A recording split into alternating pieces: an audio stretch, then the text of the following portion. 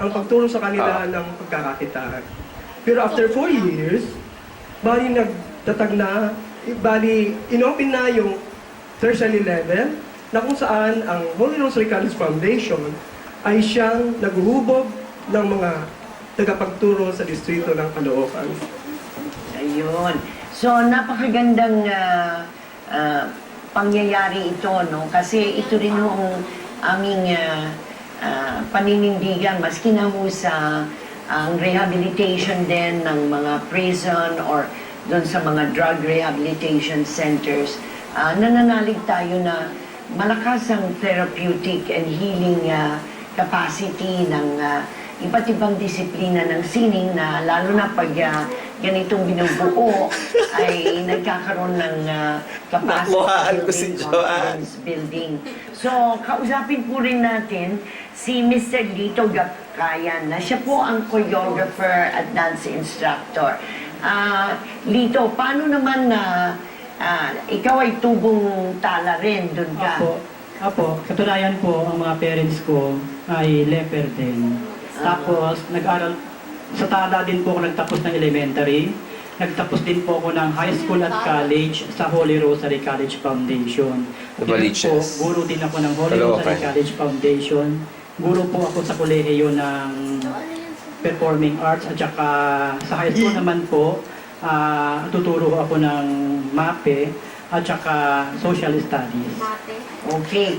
Ngayon naman, isa sa mga estudyante ang ating kakausapin para malaman po natin kung ano ang natatamo nila sa ganitong karanasan, ano? Kasi alam po ninyo, pagsasabihin mo ninyo noon na Tala Leprosarium, di ba? O Tala Community, medyo merong pangamba ang mga iba. Kanya napakahalaga na ganitong pagbibigay ng mukha sa kasiglahan ng komunidad ay makapagbabago ng pananaw at makikita na meron talagang magagawa. So, Lea, siya po si Lea Angela Dacuna. Anong nais mong ipabahagi sa mga kabataan katulad mo at sa mga lahat ng mga nanonood? Napakasakit po isipin na ako po anak po ako ng pasyente. Tapos po, kasi po dati, i-discriminate po yung mga anak ng pasyente. So, ngayon po, sampu ng aking mga kagrupo, naipag-isip po namin gumawa ng isang dance na makakapagpabago ng pananaw ng mga ibang tao dun sa Tala. Gusto po namin ipakita na kahit na kami, anak po kami ng pasyente, meron po kaming karapatan, meron po kaming mga iba't ibang talento na nais naming ipakita po sa lahat, sa buong mundo po. Okay. Yan po ay napakahalaga yung sinasabi ni ating Lea. Ano po? Doon tapunan kasi ng mga ketong. Ihahambing mo ninyo, Noon. hindi gano'n na may sakit, masasabi ninyo, no? Katulad ng mga naganap doon sa Tala. Pero kung bakit sinabing makasaysayan ang pagkahalal kay Obama, sapagkat meron din yung diskriminasyon na nagaganap rin noon. Kanya mahalagang simbolo o mukha pag nakikitang may kakayanan at may magagawa. Ito po ay nakatutuwa, no? Maaaring sabihin natin, gumawa kayo ng Culture and Arts page. Ito ay ang kanilang newspaper.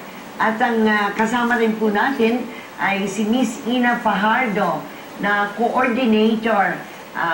At nais rin sana natin na itong ating pagpapakita sa kanila ay maging mahalagang mukha ng kakayanan na hindi po maaari nating sabihin hindi maaari o meron continuing prejudice. Dito, ang sining pinapakita ang kakayanan nila at ang kanilang mga pangarap at ang pangangailangan ng ugnayan, ang pagsasamahan, ang pagtutulungan, ang kapatiran.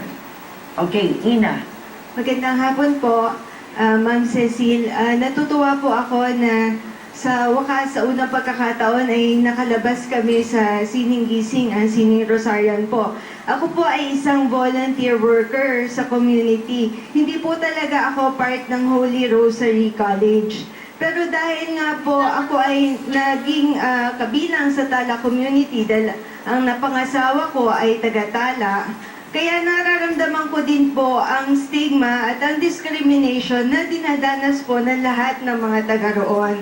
Kaya nandoon nga na mga basic services, minsan hindi ako maka-access dahil pagka sinabing Tala, nandun yung stigma nga na kung di magnanakaw, may ketong na pinandidirihan. Kaya ito po, natutuwa naman po ako na sa tulong din po ng kanilang director na si Sister Rose at sa tulong po ng Sining Gising ay nagkakaroon po kami ng ganitong opportunity para ipakita na hindi kami kailangan pandirihan at mayroong katangian ang mga taga-Tala tulad sa Holy Rosary na maibibigay din namin sa community o makaka-inspire din, makikita ninyo na makakapag-perform sila. At bukod po doon, sa literary din, katulad ng Butil, iyan din po ay nanalo na sa national competition na pang 10th and 11th place po ang ibang sections po nila dyan. Yun, makikita po ninyo itong kanilang ito po ay binubuo ang ating pong National Commission for Culture and the Arts ay naghahandog ng Kalahi Cultural Caregiving Services.